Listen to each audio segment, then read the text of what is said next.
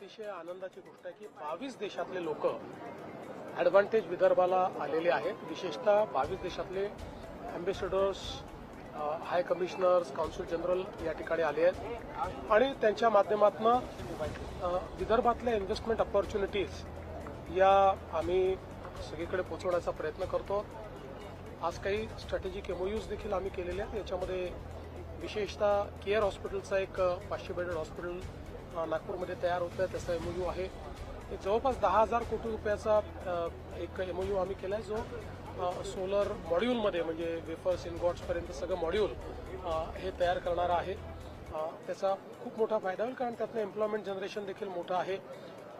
वेगवेगळ्या सेक्टरमधले काही MOUs देखील केलेले आहेत आणि मला असं वाटतं की अतिशय चांगला रिस्पॉन्स ॲडव्हान्टेज विदर्भला या ठिकाणी मिळतोय. माननीय गडकरी साहेबांच्या नेतृत्वामध्ये अतिशय चांगल्या पद्धतीने विदर्भाला शोकेस करण्याचं काम आम्ही या ठिकाणी करतो. गडचिरोली पोलिसांनी एक चांगलं ऑपरेशन राबवून 7 नक्षल्यांना जे आहे ते ठार केलेलं आहे. एक चांगलं यश पोलिसांना आपले गडचिरोली पोलीस आणि C60 यांचं मी मनापासून अभिनंदन करतो की एक अतिशय महत्त्वाचं ऑपरेशन त्यांनी केलेलं आहे.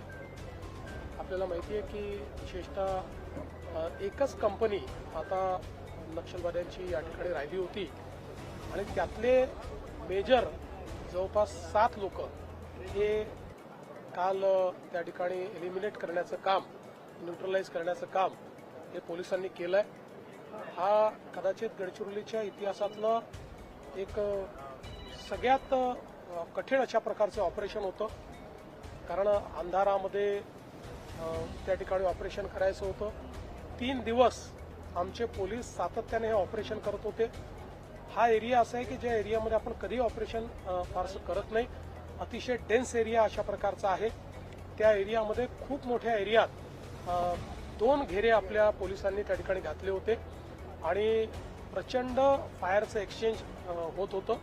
त्यातनं 7 नक्षलवादी त्या ठिकाणी किंवा माओवादी मारले गेले आणि त्यात महत्त्वाचं म्हणजे त्यांचा जो म्होरक्या आहे प्रभाकर, तो देखील याच्यामध्ये न्यूट्रलाइज झाला आहे. ही खरं म्हणजे एक मला असं वाटतं मोठी गोष्ट आहे. त्यामुळे जे काही शेवटच्या घटका आता या ठिकाणी हे जे काही माओवाद मोजत होता, आता आपल्या साईडला म्हणजे महाराष्ट्र साईडला अगदी बोटावर मोजले आहेत की 3 किंवा 4 लोक त्यांचे राहिले आहेत. अजून छत्तीसगड साईडला काही आहेत, पण तेही मला वाटतं की ज्या वेगाने तिथेही काम चाललेलं आहे तिथेही याचा संपूर्णपणे खात्मा होईल. आमच्या पोलिसांनी जे हे केलेलं कार्य हे अत्यंत मोठं आहे. दुर्दैवाने याच्यामध्ये एक आमचा पोलीस देखील शहीद झालेला आहे. खरं म्हणजे त्यांनी बुलेट प्रूफ जॅकेट घातलं होतं, पण त्याच्या अगदी जिथे ते संपतं अशा फार स्ट्रॅटेजिक ठिकाणी, असं फार क्वचित असं होतं की अशा ठिकाणी गोळी लागते, पण दुर्दैवाने इतका अंधार होता की त्याच्यामुळे ती गोळी लागली आणि ते शहीद झालेले आहेत. त्यांनाही मी या ठिकाणी आदरांजली अर्पित करतो आणि त्यांच्या कुटुंबाची पूर्ण काळजी आम्ही घेऊ. पण मला असं वाटतं की आमच्या पोलिसांच्या वीरतेमुळे एक अतिशय चांगला उपक्रम या ठिकाणी झालेला असल्यामुळे पोलीस विभागाचं मी मनापासून अभिनंदन करतो.